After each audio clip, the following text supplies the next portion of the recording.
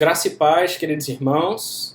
Estamos tendo a oportunidade de ter mais uma aula, nossa escola bíblica dominical, em meio a esses tempos de pandemia e de quarentena, mas que cremos no Senhor, meus irmãos, temos esperança que logo logo isso tudo vai passar, nós voltaremos a nos congregar e termos um tempo bom juntos, certamente. Se isso não acontecer, o Senhor voltará antes disso, o que é incomparavelmente melhor na linguagem do apóstolo Paulo. Então, irmãos, nós estávamos vendo sobre a igreja disciplinada, estamos terminando essa lição dessa vez, o capítulo 4, da nossa revista. Abra comigo em 1 Coríntios capítulo 5, apenas para revisarmos o texto base. Então, daremos prosseguimento de onde paramos na aula. 1 Coríntios capítulo 5 diz assim o texto sagrado: Geralmente se ouve que há entre vós imoralidade, moralidade tal, como nem mesmo entre os gentios, isto é, haver quem se atreva a possuir a mulher de seu próprio pai. E contudo andais vós ensoberbecidos, e não chegastes a lamentar, para que fosse tirado do vosso meio quem tamanho traje praticou. Eu, na verdade, ainda que ausente em pessoa, mas presente em espírito, já sentenciei como se estivesse presente, que o autor de tal infâmia seja em nome do Senhor Jesus, reunidos vós e o meu espírito, com o poder de Jesus, nosso Senhor, entregue a Satanás para a destruição da carne, a fim de que o espírito seja salvo no dia do Senhor Jesus. Não é boa a vossa jactância, não sabeis que um pouco de fermento leveda a massa toda? Lançai fora o velho fermento, para que sejais nova massa, como sois de fato sem fermento. Pois também Cristo, nosso Cordeiro Pascal, foi imolado. Por isso, celebremos a festa não com velho fermento, nem com fermento da maldade e da malícia, e sim com os asmos da sinceridade e da verdade. Já em carta vos escrevi que não vos associasseis com os impuros. Refiro-me com isto não propriamente aos impuros deste mundo, ou aos avarentos, ou aos roubadores, ou idólatras, pois neste caso teríeis de sair do mundo. Mas agora vos escrevo que não vos associeis com alguém que, dizendo-se irmão, foi impuro, ou avarento, ou idólatra, ou maldizente, ou beberrão, ou roubador, com esse tal nem ainda com mais, pois com que direito haveria eu de julgar os de fora? Não julgais vós os de dentro? Os de fora, porém, Deus os julgará. Expulsai, pois, de entre vós o malfeitor. Vamos à presença do Senhor em oração, irmãos. Querido Deus, amado Pai, obrigado mais uma vez pela vida da Tua igreja. Nos ajude, Senhor, a compreender a Tua palavra. Nos ajude a sermos edificados por ela. Instrua o Teu povo, Senhor. Instrua o coração da Tua igreja. Instrua-nos, ó Deus, na verdade da Tua palavra, aquilo que o Senhor deseja para nossas vidas, para a vida da Tua igreja. Nos ajuda a mantermos a boa ordem, a mantermos uma igreja santificada diante do Senhor, pura aos olhos do Senhor, a glorificarmos o Teu nome, ó Pai. Abençoa, Pai, nossos queridos irmãos. Em nome de Jesus, é o que nós te oramos. Amém.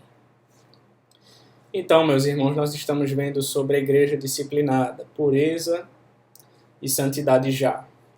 Nós vimos a introdução desse capítulo, nós tratamos do contexto, da data e ocasião, da imoralidade que havia na igreja de Corinto, os problemas que havia naquela igreja que precisavam ser tratados. O ponto 2 diz exatamente isso. A imoralidade precisa ser confrontada, e nós tratamos a respeito disso quando Paulo confronta a questão lá ele exorta aquela igreja, os coríntios, de que, irmãos, eles sabiam que havia alguém que possuía a mulher de seu próprio pai, e como é que vocês toleram isso? Ele diz à igreja de Corinto, uma imoralidade tal, como é que vocês agem como se nada estivesse acontecendo? Então, a imoralidade, fomos exortados quanto a isso, ela precisa ser confrontada, porque a igreja ela precisa ser santa, como o Senhor é santo.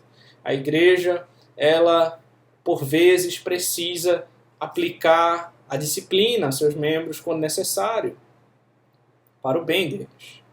Então, nós vimos também o triste caso, meus irmãos, o terceiro ponto, que às vezes é necessário a exclusão. Isto é, quando nós aplicamos aquela regra de Mateus 18, de vai lá, fala com teu irmão se ele pecar, se ele te ouvir, ganhaste a teu irmão, bênção, glória a Deus por isso. Mas se ele não te ouvir, toma 2 ou 3 testemunhas, fala com ele, se não ouvir, dize-o à igreja, se ele não ouvir, se manter rebelde, e ele só traz problemas à igreja, então nesse caso, esse é o último recurso, veja, não é o desejo, não é o nosso desejo, mas nesse último caso, às vezes é necessário a exclusão. E tudo isso com o fim de restaurar-lhe a vida. Nós tratamos isso na última aula. Nós tratamos também exatamente o quarto ponto da revista, a proteção do corpo de Cristo. Tudo isso é com aquele princípio, né? Lançai fora o velho fermento, para que sejais nova massa, como sois de fato, sem fermento, pois também Cristo, nosso Cordeiro Pascal, foi imolado. Então nós vimos, irmãos, essa ideia do fermento, né? Ele leveda toda a massa. É necessário lançar fora esse velho fermento. É necessário lançar fora. Veja, você tem uma cesta de maçãs. Se você colocar uma maçã podre naquela cesta, o que é que vai acontecer? Toda a cesta vai ser contaminada, toda a cesta vai apodrecer. É por isso que às vezes é preciso ter essa difícil tarefa de remover aquela maçã podre do meio da cesta, para que toda a cesta não seja contaminada. Nós tratamos sobre isso na última aula. Mas por que nós fazemos tudo isso, meus irmãos? Esse é o quinto ponto. Porque o alvo é a restauração. 1 Coríntios 5, verso 5, a parte B diz: a fim de que o espírito seja salvo no dia do Senhor. A fim de que o espírito seja salvo no dia do Senhor. Paulo deseja a restauração desse malfeitor. A disciplina tem como objetivo trazer restauração, não destruição. Nunca, jamais a destruição. Nunca é punição. Não entenda a disciplina dessa forma, mas ela tem esse alvo da restauração. As igrejas aplicam a disciplina quando vê um membro tomando o caminho em direção à morte e suas súplicas e acenos não fazem a pessoa retornar.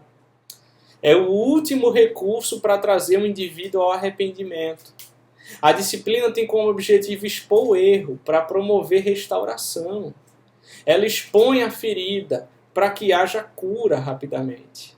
Em outras palavras, o propósito final da disciplina eclesiástica é a restauração espiritual do pecador. É tentar trazer a pessoa de volta ao seu juízo. Quando o homem ele se arrepende e retorna para Deus, ele é restaurado. É como o filho mais novo da parábola do filho pródigo, o qual que nós falamos na última aula, o qual cai em si, dentro de um chiqueiro. Quando ele se vê no meio dos porcos, a ficha cai e ele então resolve retornar para a casa do pai. Ele se arrepende. Disciplina é semelhante a isso, irmãos. Disciplina é prova de amor, não de reprovação. De que somos filhos de Deus. É uma prova de amor. Veja comigo Hebreus capítulo 12. Se você olhar comigo, Hebreus capítulo 12, os versos de 4 a 13, falam exatamente sobre a disciplina. Diz o seguinte, Hebreus 12, de 4 a 13. Ora, na vossa luta contra o pecado, ainda não tendes resistido até o sangue. E estáis esquecidos da exortação que, como a filhos, discorre convosco. Filho meu, não menosprezes a correção que vem do Senhor. Não desmaies quando por ele és reprovado. Porque o Senhor corrige a quem ama e açoita a todo filho a quem recebe. É para a disciplina que perseverais. Deus vos trata como filhos. Pois que filho há que o pai não corrige. Mas se estás sem correção, de que todos se têm tornado participantes, Logo sois bastardos e não filhos. Além disso, tínhamos os nossos pais segundo a carne, que não os corrigiam e os respeitávamos. Não havemos de estar em muito maior submissão ao Pai espiritual, e então viveremos? Pois eles nos corrigiam por pouco tempo, segundo melhor lhes parecia. Deus, porém, nos disciplina para aproveitamento, a fim de sermos participantes da sua santidade. Veja o propósito, que propósito glorioso, irmãos. Verso 11. Toda disciplina, com efeito, no momento não parece ser motivo de alegria, no momento que está passando, mas de tristeza. Ao depois, entretanto, produz fruto pacífico aos que têm sido por ela exercitados, frutos de justiça. É isso que ela produz. Verso 12. Por isso, restabelecei as mãos descaídas e os joelhos trôpegos, e fazei caminhos retos para os pés, para que não se extravie o que é manco, antes seja curado. Esse é o propósito, meus irmãos, da disciplina. Ela é prova de amor, não de reprovação. É uma prova de que somos filhos de Deus. Então, alguns acreditam que o imoral mencionado por Paulo foi disciplinado, expulso da comunidade, mas depois ele se arrependeu e Paulo disse para a comunidade acolhê-lo novamente em amor. Veja, nós lemos em 1 Coríntios 5, falando sobre esse homem que deveria ser disciplinado. Se você olhar comigo 2 Coríntios, veja, 2 Coríntios capítulo 2, nos parece que aquele que antes fora disciplinado e tirado de vosso meio, Paulo agora diz para acolhê-lo novamente. Veja, 2 Coríntios capítulo 2, de 1 a 8. Isto deliberei por mim mesmo, não voltar a encontrar-me convosco em tristeza. Porque se eu vos entristeço, quem me alegrará, senão aquele que está entristecido por mim mesmo? E isto escrevi para que, quando for, não tenha tristeza da parte daqueles que deveriam alegrar-me, confiando em todos vós de que a minha alegria é também a vossa. Porque no meio de muitos sofrimentos e angústias de coração vos escrevi com muitas lágrimas, não para que ficasseis entristecidos, mas para que conhecesseis o amor que vos consagra em grande medida. Ora, se alguém causou tristeza, não fez apenas a mim, mas para que eu não seja demasiadamente áspero, digo que em parte a todos vós basta-lhe a punição pela maioria. De modo que deveis, pelo contrário, perdoar-lhe e confortá-lo, para que não seja o mesmo consumido por excessiva tristeza. Pelo que vos rogo que confirmeis para com ele o vosso amor. Veja, nos parece que Paulo está falando exatamente daquele homem, em 1 Coríntios 5, que ele disse que estava possuindo a mulher do seu próprio pai. Ele falou, tirem ele de vosso meio. Agora Paulo diz, visto que ele foi tratado e que ele se arrependeu, e que ele agora não comete mais os mesmos erros do passado, Paulo agora diz, perdoem esse irmão, confortem ele, permitam que ele seja readmitido em vosso meio, para que o mesmo não seja consumido por excessiva tristeza. Perdoem esse irmão. Ele foi restaurado por Deus. Readmitam ele em vosso meio. A nossa mensagem para hoje, irmãos. Primeiro, lide seriamente com o pecado. Cuidado para não fazer como os coríntios, que negligenciaram o pecado e foram lenientes com o mal. Contudo, atente com a mesma ênfase para o perigo do pecado nutrido em sua própria vida. Não tolere a imoralidade dos outros e muito menos a sua. Flertar com ela, veja, com a sua imoralidade, vai gerar escravidão e destruir para quem está perto de você. Vai gerar escravidão e destruição para quem está perto de você. Seja um instrumento de bênção para as pessoas, não de maldição. Acã e o profeta Jonas provam que viver em desobediência traz desajustes para todos.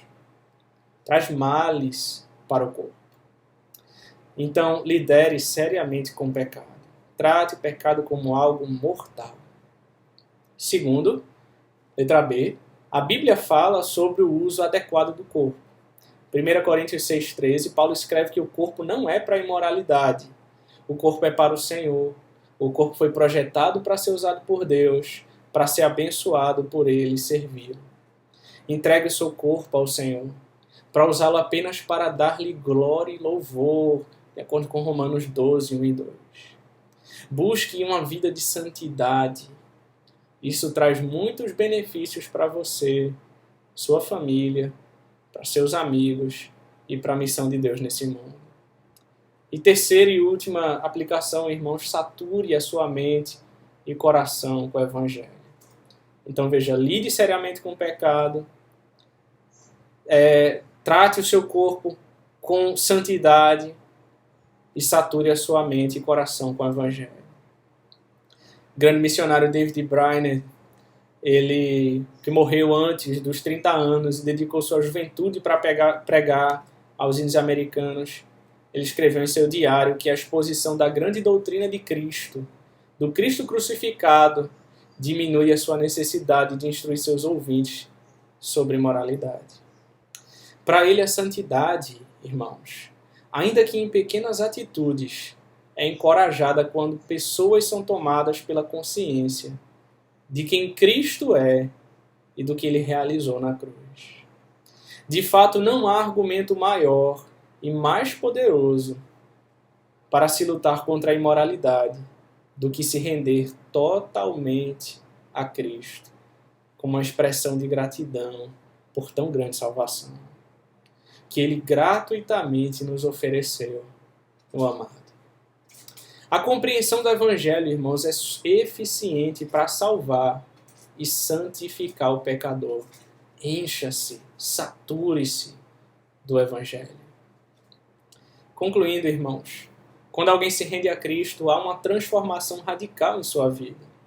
Quando alguém se torna discípulo de Jesus, essa pessoa não pode permanecer nos mesmos pecados. Se eu compreendo a graça, eu não vou me sentir livre para cometer os pecados pelos quais Ele morreu. A graça que salva é a mesma graça que santifica. A maior força contra a imoralidade é acolher a mensagem do Evangelho e viver em gratidão e amor a Deus a partir dela. Mas se você está vivendo em imoralidade, lembre-se, o pecado pode haver nos contaminado com muita profundidade, mas Jesus nos purifica de todo o pecado. Diz 1 João. Uma última aplicação, irmãos. Cristo se entregou pela igreja, com o fim de santificá-la, tendo-a purificado com a lavagem da água, pela palavra, para apresentá-la a si mesmo, igreja gloriosa, sem mácula, santa e irrepreensível, conforme nos diz o texto de Efésios. Portanto, lute pela santidade da igreja e atente para a sua própria vida. Rompa com a velha vida. Lance fora qualquer bola de massa estragada, qualquer fermento que contamine os seus pensamentos, motivações, sentimentos, ações que te afastam de Deus. Submeta-se à disciplina do Senhor. Lembre-se que Ele disciplina aquele a quem ama. Submeta-se à disciplina dEle, porque Ele te salvará de dores ainda maiores. Vamos orar, meus irmãos. Senhor Deus, amado Pai, graças te damos pela Tua palavra, ó Deus, pela Tua rica e preciosa palavra que fala de maneira profunda aos nossos corações, Senhor. E nos instrui hoje quanto à disciplina na igreja, quanto à necessidade de santidade e pureza na igreja, quanto à necessidade de que haja ordem na igreja. O Senhor é santo e deseja que a sua igreja seja santa. E Ele nos instrui a em alguns momentos, quando necessário, disciplinar os nossos irmãos, para o bem deles, para o bem da igreja, para a restauração da vida deles. É para lhes tirar daquele chiqueiro, como aquele filho pródigo havia chegado, e lhes trazer de volta para a casa do Pai. Ó Deus, que o Senhor abençoe a nossa igreja, que o Senhor cuide de todos aqueles, ó Pai, que têm lutado com dificuldades, ó Deus, contra o pecado, contra a corrupção do seu coração, e que eles possam ser saturados, cheios do Evangelho, que eles venham se tornar homens e mulheres cheios do Espírito Santo de Deus, para o louvor e glória do teu santo nome. É o que nós te pedimos. Em nome de Cristo nós oramos. Amém. Que Deus te abençoe, meu querido irmão.